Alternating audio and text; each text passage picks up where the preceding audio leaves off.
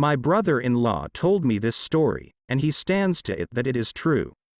He was deer hunting one day behind his home. He was walking down a path to position himself deeper in the woods, when he saw what he described as something staggering back and forth. It looked like a corpse, something that just crawled out of a grave.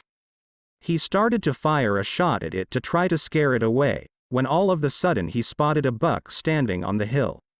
He shot at the buck and it jumped out in front of him. It was heading straight for this thing. When the buck got right up on it, jumped over the hill, my brother-in-law took one more look to see if the dead man was still there, and the dead man was still staggering back and forth. He got out of there, and went home. He said he hopes he never sees anything like that again.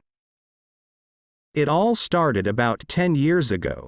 I had just lost my job and was looking for a cheap place to live. I was looking in the paper when I found a low-income apartment for rent.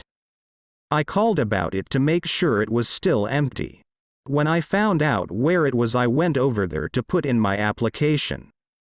I got a call about 2 or 3 days later to come and look at it if I still wanted it. When I saw it and saw how good it looked, I told them I would take it. I started moving in the next day because I wanted to get in it as soon as I could.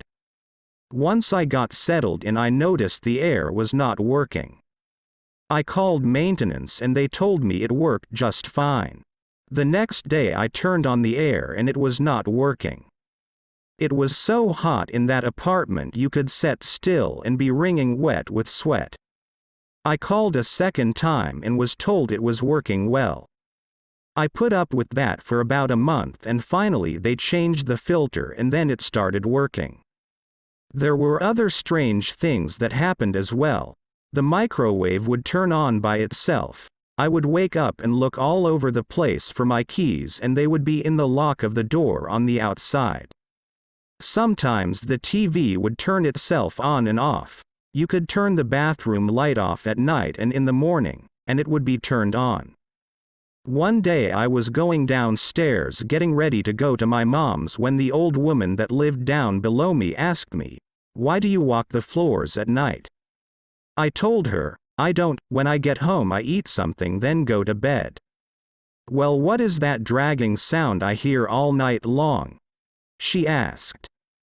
"It must be the woman across from me," I said to her. When I got back from mom's, the other lady downstairs asked me, "Did you know what happened to the last person who lived in your apartment?" "No," I said. "Well, he died right there where your couch is sitting." "You're kidding," I said. "No. Come to think about it, everyone who has lived in that apartment has died in it," she said. I did not believe her, so I asked the maintenance men, and they told me the same thing.